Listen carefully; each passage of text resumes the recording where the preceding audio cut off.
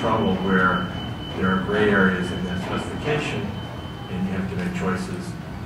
The green USPVC gets a lot of code credit interpretation requests that have to do with what's the appropriate baseline for this case, that kind of thing. So for example, if you're looking at a national code impact, you're going to compare to what kind of buildings are currently being built, and then you're going to say, okay, now if they're built this way instead, what's the impact going to be?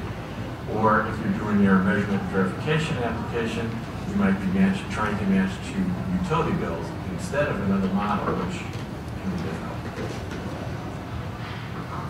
So we're back to the energy modeling process. We've got the project, we've identified the objectives. Now you start having to obtain data. And so one of the first things is you have to make sure you know who's involved in the project, who's the architect, who's the engineer, who's the owner, who else might be involved. The city might be involved in a code way.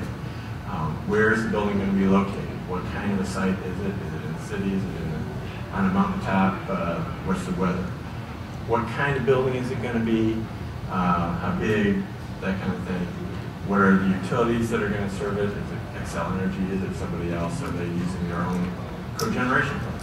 Could be all kinds of things. When you get into the building data, we're talking about what kind of building is it? It's a hospital, it's an office building, it's a retail store.